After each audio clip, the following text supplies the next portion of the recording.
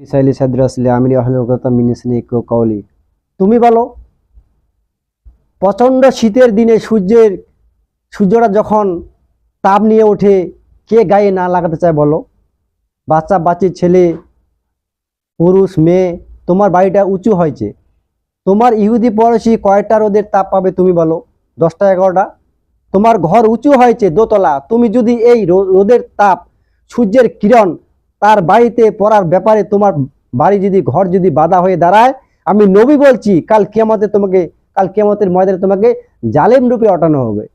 কাল কিয়ামতের দিন তোমাকে জালেম রূপে, অন্যায়কারী রূপে ওঠানো হবে। This was the life style. এই ছিল মুসলমানের জীবন, এই ছিল মুসলমানের জীবন। তা কিরকম মুসলমানের জীবন হওয়া চাই, কিভাবে আল্লাহ পাক তার নবীকে দিয়ে এই উম্মতকে কিভাবে জীবন তৈরি করতে বলেছেন। দোস্ত, আল্লাহ প্রত্যেকে সহি হাদিস মোতাবেক আমল করা তৌফিক দান করুক। ওমা আলাইনা ইন্নাল বালা।